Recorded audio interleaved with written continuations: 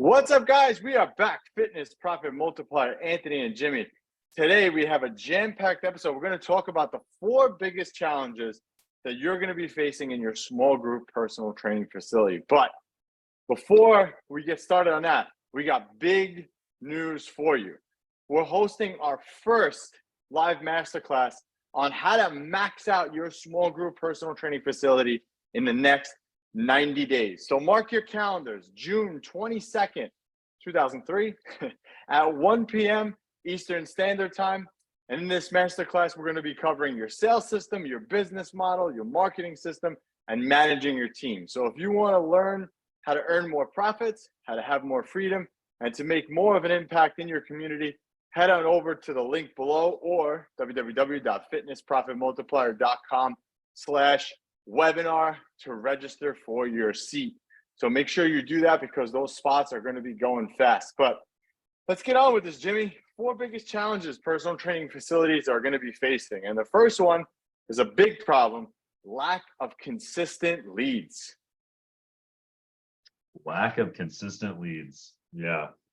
And I'm really excited about the webinar, guys. So just so you know, Anthony shows all of his excitement. I just kind of sit here sometimes silently. I'm the quiet one of the group. I'm not from New York, so I don't have as much. We're from Seattle here, so I'm not as high energy. But we're diving under the hood on this webinar. So I'm really happy to share all that with you and see the ins and outs of how our businesses work. But yeah, lack of consistent leads. The consistency with the leads is very difficult for a lot of gym owners, especially new gym owners. 1 month you'll have a bunch of leads, the next month you'll have crickets, right? And there's really 2 things we have to think about with lead consistency, because there'll be some gurus out there that tell you can just put something up and turn a lead faucet on and turn a lead faucet off, right? And it's kind of a bad bill of goods that's sold to gym owners, is that you can just turn a faucet, because you can't really just turn a faucet. It's more like putting more effort. It's more like I guess the best analogy is it's like a river, right? So as that river erodes the surroundings around it, it becomes bigger and bigger and bigger, and then the flow becomes bigger over time. And there's a lot of different things you have to do to put into this bucket so that river erodes more of the land around it and becomes this consistent flow, right? But it's hard to be something that you can turn on and off. There's some things that we can do to turn them on and off, but consistent lead flow has a lot to do with, it's multifactorial. So there's a lot of different things that come into that. We go over them on a lot of our episodes, but everything from organic digital to paid digital to website to referral to joint ventures, all these different things will all culminate into consistent lead flow. So one thing is it's multifactorial. The other thing is that leads in fitness are seasonal. So we have to keep that in mind. So just because your lead flow in July is less than your lead flow in, say, February or October, doesn't necessarily mean that your business is failing. It just means that there's seasonality that you're observing. So just because the lead flow isn't exactly consistent every month does not mean your gym is failing. It just means that you have to kind of rise and fall with the tide, so to speak.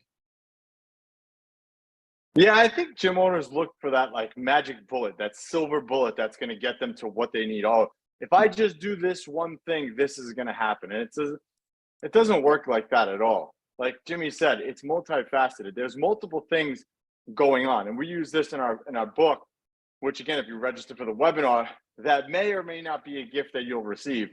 But we talk about this in the book, how you have to look at your business like a fishing boat, and you have to have multiple poles off the back of the boat. And you have to have all those poles cranking in order to have a consistent lead flow. If you're looking for one thing, you're in big trouble, because it's not going to come from just paid advertising.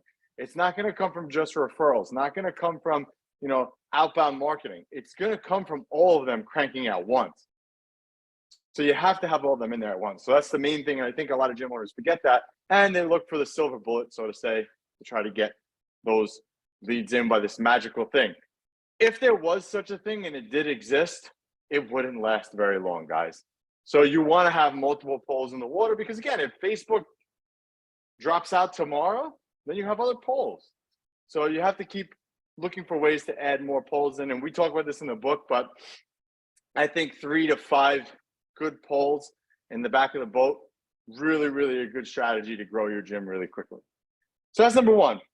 Number two is the leaky bucket or the churn rate. You add 10 clients, you lose 10 clients. That means your business stagnated. Big problem to have when it comes to growing your gym.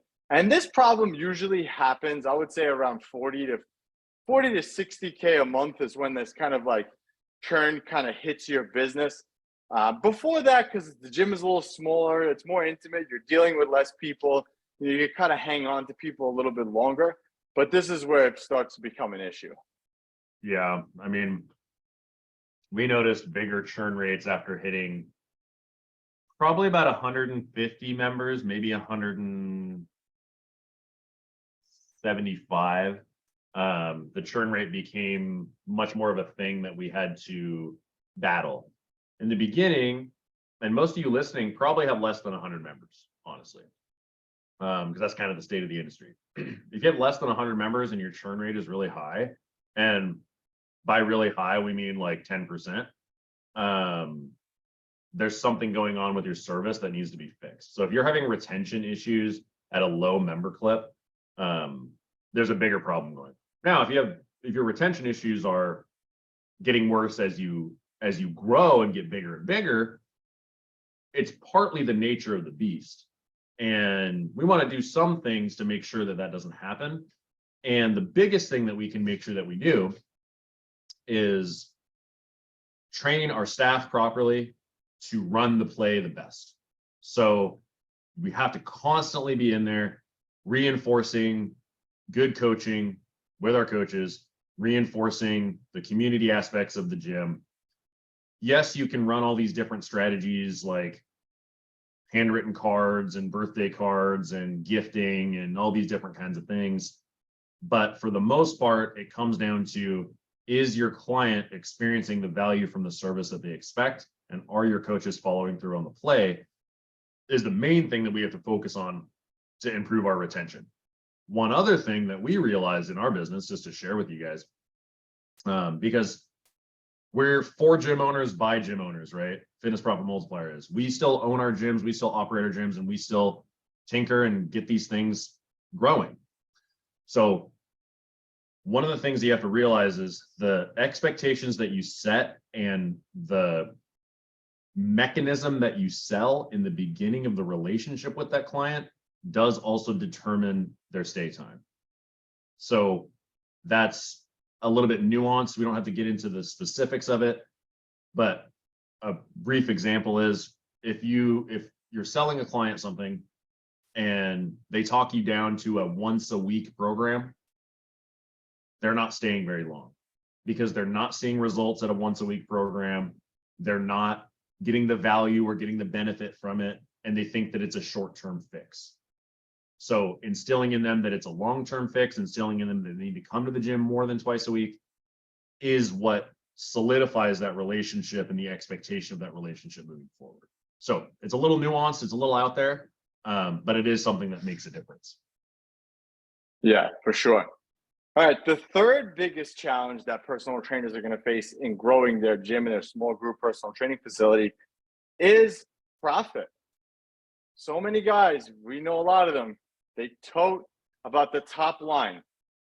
Oh, my business does so well, I make X amount of money. Well, how much of that do you bring home? That's the key. That's the measuring stick. Instead of having it the other way around where you're focusing on the big number that the business brings in, that doesn't mean that you take that home. If your business makes 40K a month and you're taking home $1,000, you're poor.